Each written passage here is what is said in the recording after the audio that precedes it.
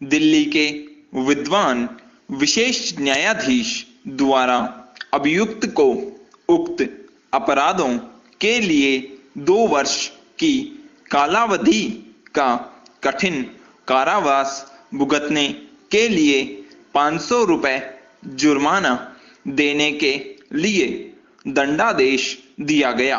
विराम दूसरे अपराध के लिए उसे 2 वर्ष की कालावधि का कठिन कारावास भुगतने के लिए दंडादेश दिया था।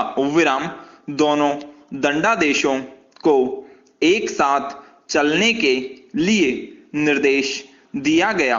विराम दोष सिद्धियों और दंडादेशों को दिल्ली उच्च न्यायालय द्वारा पुष्टि कर दी गई। विराम दिल्ली उच्च न्यायालय के निर्णय और आदेश के विरुद्ध विशेष इजाजत लेकर यह अपील की गई। विराम पैराचेंज दंड प्रक्रिया संहिता की धारा 162 किसी व्यक्ति द्वारा किसी पुलिस अधिकारी से अन्वेषण के दौरान किए गए किसी कथन के ऐसे किसी अपराध की जो ऐसा कथन किए जाने के समय अन्वेषणाधीन था, किसी जांच या विचारण में भारतीय साक्ष्य अधिनियम की धारा 145 द्वारा उपबंधित रीति से खंडन करने के प्रयोजन के सिवाय प्रयोग के बारे में वर्जन अधिरोपित करती है। विराम जब ऐसे कथन का कोई भाग इस प्रकार उपयोग में लाया जाता है, तब उसके किसी भाग का ऐसे साक्षी के प्रति परीक्षा में निर्दिष्ट किसी बात को स्पष्ट करने के सीमित प्रयोजन के लिए साक्षी को पुनः परीक्षा में उपयोग किया जा सकता है। किसी अन्वेषण के दौरान किए गए कथनों के प्रयोग पर इस रोक के बारे में एकमात्र अन्य अपवाद भारतीय साक्ष्य अधिनियम की धारा 32 उपधारा 1 के उपबंधों के अधीन आने वाले कथनों से संबंधित है।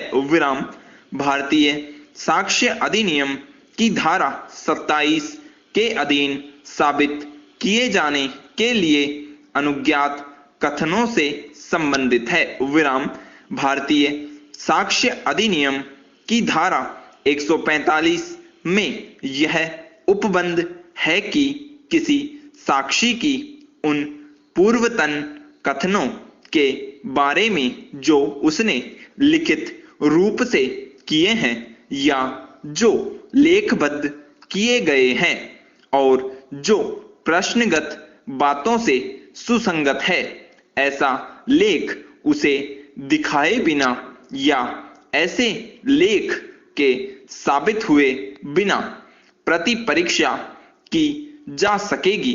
किंतु यदि उस लेख द्वारा उसका खंडन करने का आशय है, तो उस लेख को साबित किए जा सकने के पूर्व उसका ध्यान उस लेख के उन भागों की ओर आकर्षित करना होगा जिनका उपयोग उसका खंडन करने के प्रयोजन से किया जाना है।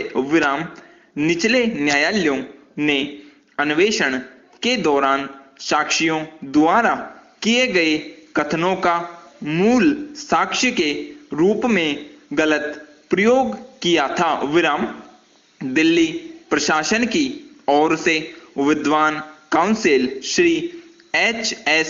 मारवाह ने यह दलील देकर हमें आश्चर्य में डाल दिया है कि पूर्ववर्ती कथनों पर जिससे साक्षियों का उनका खंडन करने के प्रयोजन के लिए सामना करा दिया गया था, साक्ष्य अधिनियम की धारा 3 में साबित शब्द की परिभाषा की दृष्टि से न्यायालय द्वारा विचार किया जा सकता है। विराम साक्ष्य अधिनियम की धारा 3 में साबित शब्द की परिभाषा के अनुसार कोई तथ्य साबित हुआ कहा जाता है जब न्यायालय अपने समक्ष के विषयों पर विचार करने के पश्चात या तो यह विश्वास करे कि उस तथ्य का अस्तित्व